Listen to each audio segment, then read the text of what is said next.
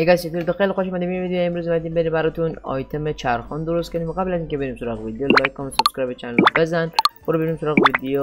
لیتس گو. اول از همه یه 4 تا بلاکی میکنید، بعد از هر طرف 7 تا بلاک میکنید.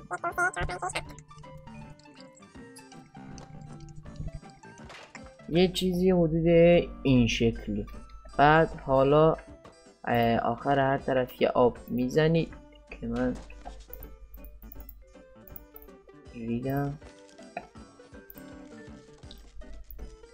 خب حالا آیتماتون رو از هر بر دوست دارید فر میدید،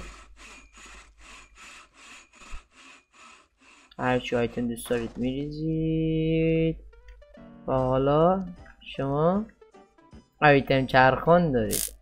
لایک کامنت رو بزن. کاربردشون نمیدونم چیه، شما داخل کامنت ها بهم بگید. دمتونم گرم، عاشقمتون. آقا خود بای.